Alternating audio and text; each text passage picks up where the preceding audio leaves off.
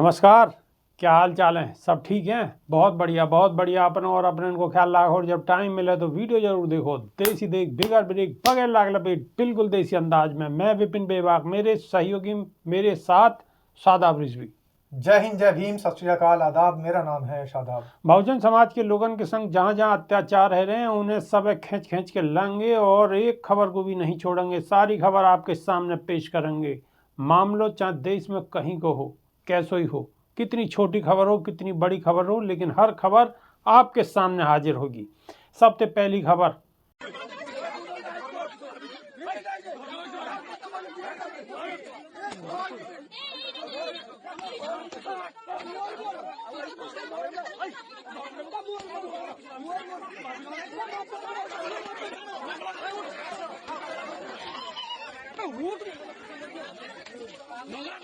पश्चिम बंगाल की नहीं है, लेकिन गोदी मीडिया पर चलाई जा रही है कि पश्चिम बंगाल की है, बल्कि ये खबर उड़ीसा की है, जहां भाजपा सांसद प्रताप सारंगी के करीबी द्वारा क्रिसमस, वही प्रताप सारंगी, हाँ बिल्कुल प्रताप सारंगी, कोई जिन्हें धक्का लग गया और जिनकी पट्टी बढ़ती रही, हर घंटा पे पट्टी बढ़ती चली गई, वही प्रताप सारंगी के करीबी द्वारा क्रिसमस मना रही आदिवासी महिलाओं पर जूतन ते बेरहमी ते हमला करोगे और अभद्र व्यवहार करोगे। ये घटना न केवल आदिवासी महिलाओं के खिलाफ हिंसा और अत्याचार को उजागर कर रही है, बल्कि यह बात को भी सामने ला रही है कि महिला आयोग, मानव अधिकार आयोग और अनुसूचित जनजाति आयोग जैसे संस्थान या घिनौने कृत्य के खिलाफ चुप्पी साधे हुए हैं। कि गंभीर चिंता का विषय है कि महामहिम राष्ट्रपति जी द्रौपदी मुर्मू जी, जो खुद आदिवासी समुदाय से संबंधित हैं, या मामले पर कोई ठोस कदम उठाने के बजाय मूक दर्शन बनी हुई है।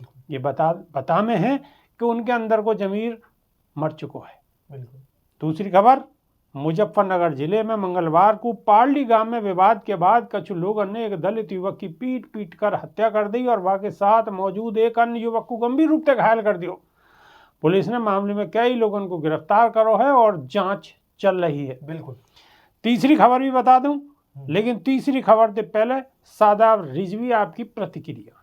देखिए, पहली खबर आपने जो बताई है कि वहां पर उड़ीसा में दलित आदिवासी महिलाओं के साथ में जो कुकृत्य करा जा रहा है वो बड़ा शर्मनाक है। और प्रताप सारंगी वही जो गृह मंत्री अमित शाह के बाबा साहेब भीमराव अंबेडकर के अपमान को इधर उधर भूलने के चक्कर में और इधर उधर बरगलाने के चक्कर में एक नया स्वांग रच देते हैं। वही प्रताप सारंगी के ये रिश्तेदार हैं, उनके करीबी हैं।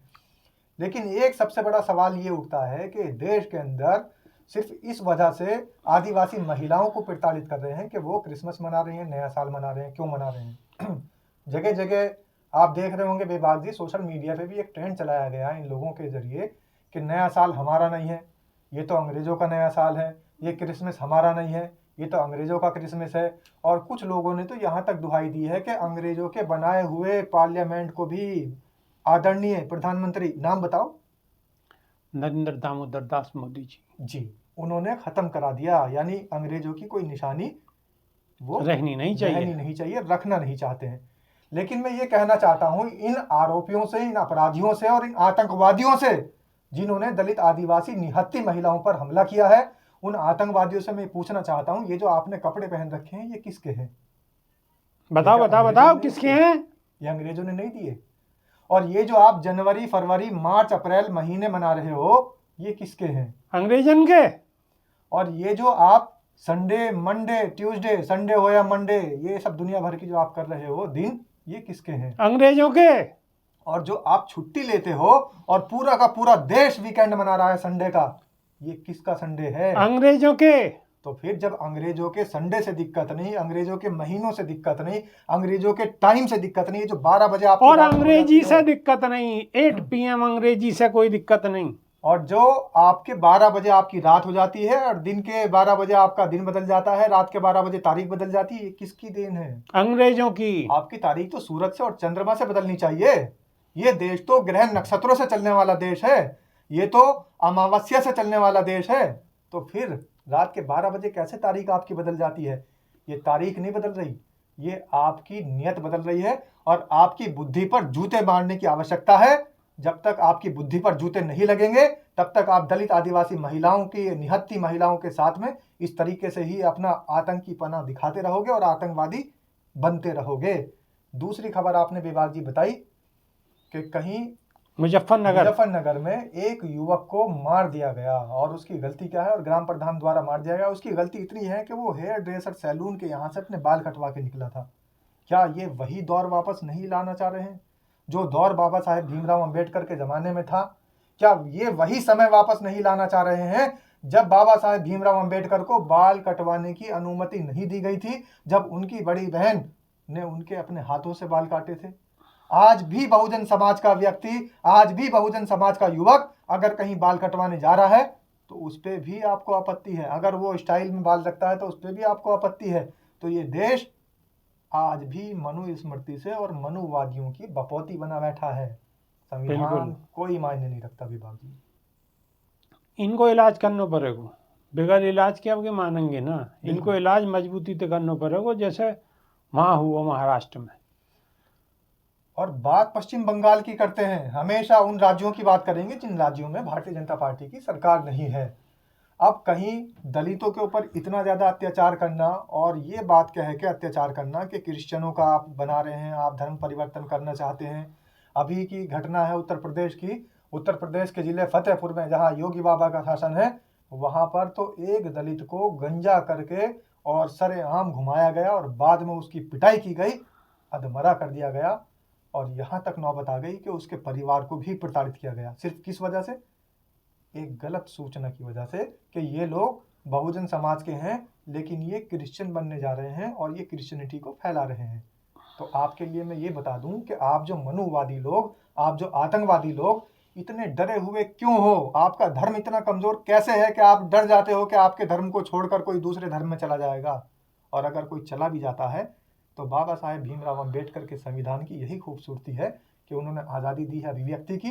कोई भी इंसान स्वेच्छा से किसी भी धर्म में रह सकता है, और इसीलिए बाबा साहेब भीमराव अंबेडकर ने धर्म को ठुकराकर और इसी धर्म को लात मारकर बौद्ध धर्म अपनाया था। बिल्कुल सही करो, इनको इलाज ही किए है, ये ऐसा ना मानेंगे, इनको इलाज करना पड़ेगा। चलो तीसरी खबर पे आ जाओ। एमपी पुलिस स्टेशन में दलित व्यक्ति की मौत के बाद पुलिस ने कही है कि वह ने आत्महत्या करी है, लेकिन परिजन और कांग्रेस ने हत्या का आरोप लगाया है। न्यायिक जांच जारी है। पुलिस को कहना है कि मुकेश लोंगरे के बयान दर्ज कराते समय अपने ही दुपट्टा से फांसी लगा ली।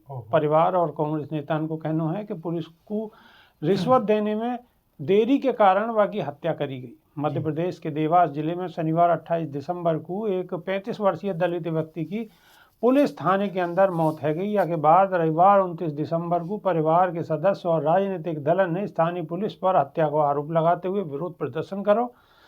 पुलिस के अनुसार मुकेश लोंगरे की 28 दिसंबर को वह समय मौत है गई जब वह ने अपने गांव की एक महिला द्वारा 26 दिसंबर को वह के खिलाफ लिखित शिकायत दिए जाने के बाद बयान दर्ज कराने के नैया सतवास पुलिस स्टेशन बुलाया गया।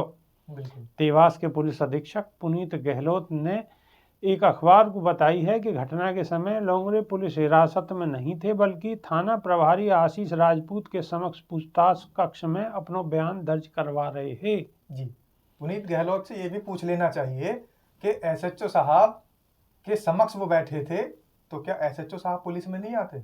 एसएचओ साहब क्या जूता सीलने वाले हैं? कौन से विभाग में आते हैं? एसएचओ साहब जिनके समक्ष वो बयान दर्ज करा रहे थे, तो क्या एसएचओ साहब नाई की दुकान पे बैठ के लोगों के बयान दर्ज करते हैं? इतनी बेबुनियाद बात इन्होंने कही है। पुनीत गहलोत ने, आईपीएस ऑफिसर हैं, और वो ये भी कह रहे हैं कि एसएचओ साहब के सामने बैठ के अपना बयान दर्ज करा रहे थे, पुलिस हिरासत में नहीं थे।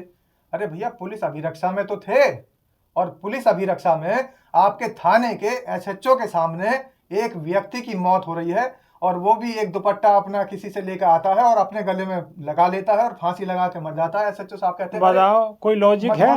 कोई लॉजिक है? कोई लॉजिक है? हैं? बिल्कुल 16 आना फर्जी बात, कतई फर्जी, बिल्कुल फर्जी। कम से कम मुझ जैसा एक स्क्रिप्ट राइटर बैठा लेते तो ढंग की स्क्रिप्ट लिख के दे देता आपको एसएसपी साहब। एक दलित को मारने के बाद आप एक घटिया स्क्रिप्ट लिख रहे हो, और उसको ही मीडिया में उसको बयान दे रहे हो कि वो अब पुलिस के साथ में हिरासत में नहीं थे और उन्होंने अपने ही दुपट्टे से फांसी लगाकर आत्महत्या कर ली। ये तो नहीं चल सकता।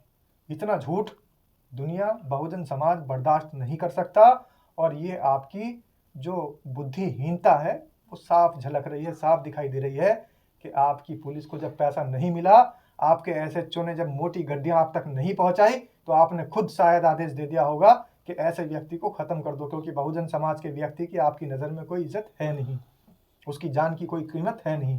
जान की कोई कीमत ना है, इज्जत तो गई भाड़ में, जान की कीमत ना है। बताओ, वो बयान दर्ज करवा रहे हैं और ये बता रहे हैं कि जी मैंने दुपट्टा ते लपेट के आत्महत्या कर ली, बयान दर्ज करवाते करवाते। और अरे तुम क्या कर रहे भाई? उसके बाद एसएसपी साहब सफाई दे रहे हैं कि वो पुलिस हिरासत में नहीं था। अभिरक्षा में तो था, पुलिस के सामने तो था, कोतवा इंस्पेक्टर के सामने या दरोगा के सामने बयान तो दर्ज करवा रहे होगो। पता नहीं दरोगा जी कहाँ बैठते हैं, इनके एसएचओ साहब कहाँ बैठते हैं, यही पता नहीं। अरे भाई थाने में ही तो बैठते होंगे एसएचओ साहब। एसएचओ साहब किसी नाई की दुकान पे या किसी कबूतर खाने के अड्डे पे तो बैठते नहीं होंगे। और जब थाने के अंदर और पुलिस की अभिरक्षा में और बयान दर्ज कराते समय किसी की मौत हो रही है, उस पर अगर कांग्रेस आरोप लगा रही है तो गलत कहाँ है? कांग्रेस ने आड़े हाथों सरकार को ले लिया है और ये कहा है कि आपने एक बहुजन समाज के व्यक्ति की जानबूझकर हत्या की है और इसलिए हत्या की है कि वो आपको मुंह मांगी रकम नहीं दे पा रहा था। तो सगरो खेल बिल्कुल उजागर है। कमी सीधी सीधी पुलिस की है, घपला पुलिस को है, रिश्वतखोरी को मामलो है, जबीबा की हत्या हुई है।